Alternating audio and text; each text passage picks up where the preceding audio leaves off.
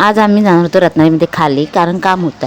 पण तो अचानक म्हणाला चल डीमार्टला जाऊया. म्हटलं ठीक आहे. म्हटलं किती दिवस गेलो नव्हतो, काहीतरी घेऊन पण येऊया. मी आधी जाते तर पहिले ती चॉकलेट बघायला, पण जास्त चॉकलेटचा स्टॉकच नव्हता.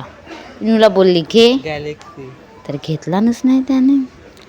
म्हटलं जाऊ दे. नंतर तो इकडे तिकडे फिरत होता, काय घ्यायचं होतं काय माहिती त्याला. मग मी गेली दुसरा माझा फेवरेट बिंगो घ्यायला. बिंगो मॅडेंगल पेरी पेरी फ्लेवर.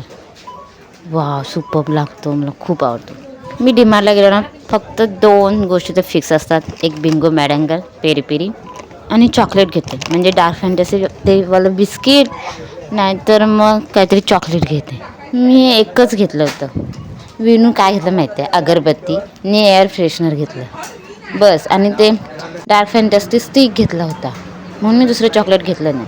इकडे फ्रोझनचे प्रोडक्ट होते सगळे, मक्किन्स वगैरे, आईस्क्रीम, पनीर, हे सगळे प्रोडक्ट इकडे आले होते. आणि इकडे समोर फेस वॉश वगैरे सगळं होतं.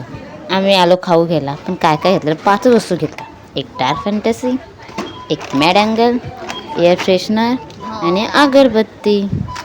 बस खाऊच्या नावावर फक्त 2च वस्तू घेऊन निघालो.